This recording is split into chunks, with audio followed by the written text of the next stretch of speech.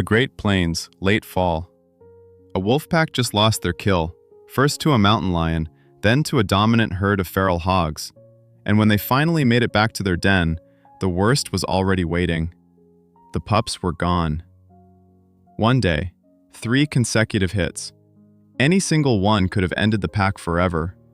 When late fall descends across Yellowstone's backcountry and the northern Rockies, the entire ecosystem tightens like a fist around whatever resources are left. Frozen creek beds become dead ends.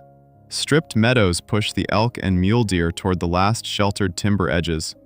And right there, at those final feeding grounds, the real battle for survival begins. The wolf pack moves silently out of the morning fog. Gray shapes, barely visible through the lodgepole pines. They are among the most efficient apex predators in North America. Their coordinated kill rate is dramatically higher than any solo hunter working the same terrain. But today, they have to cross the marshy wetland at the edge of the national park boundary. On the far side, a group of bull elk, the last accessible food source for miles in any direction. At the edge of the wetland, the surface looks completely still. Dark water, no ripples, no movement. But underneath that calm is something far more dangerous, unstable, saturated ground that can swallow a full-grown wolf before it takes a second step. The pack knows this ground. Every breath tells them something is wrong. But hunger is louder than instinct. One wolf steps forward onto the soft, dark soil. The ground gives immediately. The animal sinks, shoulders deep, in seconds.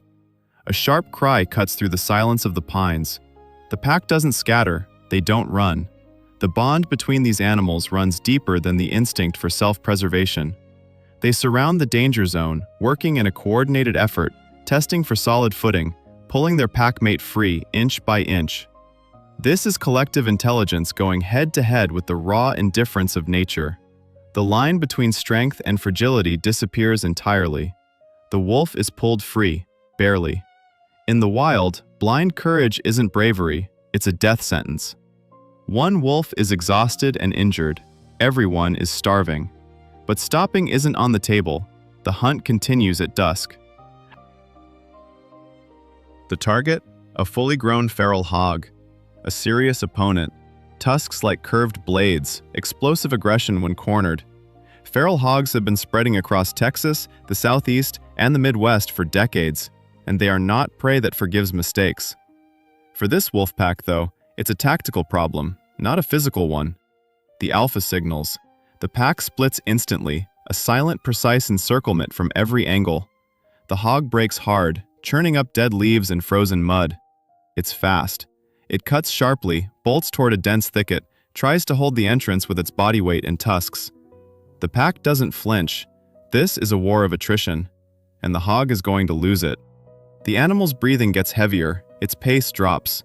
The wolves tighten the circle, no mass charge, just methodical, precise pressure at the vulnerable points. Collective discipline beats raw individual aggression every single time. The hog goes down on the frozen ground. The pack feeds with pure, unleashed energy, growling, the crack of bone, the unmistakable sound of survivors claiming what they earned. A hard-won reward for endurance and coordination. But blood and noise in the wild are a beacon. And something else was already watching. The alpha raises its head. Ears lock onto the dense brush at the tree line. The pack freezes. From the shadows steps a spotted silhouette, a fully grown mountain lion. Large, unhurried, completely in control. No growl, no display. It simply walks forward. And in that calm is more threat than in any snarl. The pale eyes move across the carcass with cold, calculated authority. The pack has the numbers, but they understand exactly what they're looking at. A master of explosive power and ambush. The mountain lion isn't going to commit to a prolonged fight. It doesn't need to. Its entire strategy is built on one single move. In seconds, with an agility that no other predator in this range can match, it takes the prime cut of the kill and vanishes into the brush without a sound. The wolves stand there and watch it happen. They own the open terrain. The mountain lion owns the shadows and the element of surprise. Those are two completely different games. The kill is gone. The feast is finished before it started.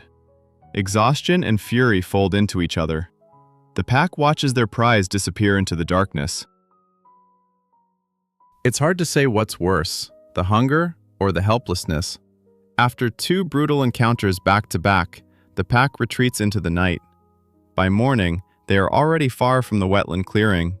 The early light seems to reset something. They play, groom each other, exchange quiet sounds. This isn't weakness. This is a ritual. This is exactly how a pack rebuilds itself before the next trial comes. And in this country, the next trial always comes. But while the strongest hunters were out working the field, the den was left nearly unguarded.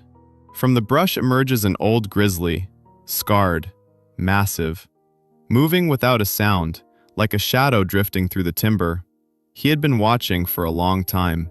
He knew the adults' patterns. He knew exactly when they would leave. He knew what they would leave behind. A faint whimper, one warning. Against the full weight of a grown grizzly, it means nothing. No roaring, no standoff, just silence. And that silence is the most terrifying thing the forest can produce. When the pack returns with prey, something stops them cold. Time stops with it. The grizzly is gone, but he left something behind. At the entrance to the den, the pups. Motionless, blood on the frozen ground. The females rush forward. Their breath catches. They whimper, low, broken, in a grief that has no language. The pack stands still in the pale morning light. Gray shapes that have become shapes of pure loss. In a single day, a wetland trap, a mountain lion, a grizzly. 3 blows, 1 crippled wolf, a stolen kill, and dead pups. These aren't just losses. This is the end of a generation. But survival runs deeper in their blood than pain ever could. They are not broken. The drive to keep moving, it is stronger than any single loss, no matter how devastating. Every new morning out here isn't a guarantee. It's not a promise of anything easier. It is simply one more chance to rewrite the story. The wild doesn't offer rest. It offers exactly one choice: quit or keep going. If you want to see North America's most extraordinary wildlife, living, fighting, and surviving on their own terms, subscribe to the channel and drop a thumbs up on this video. It helps us keep making documentary content like this. Hit the bell so you don't miss what comes next.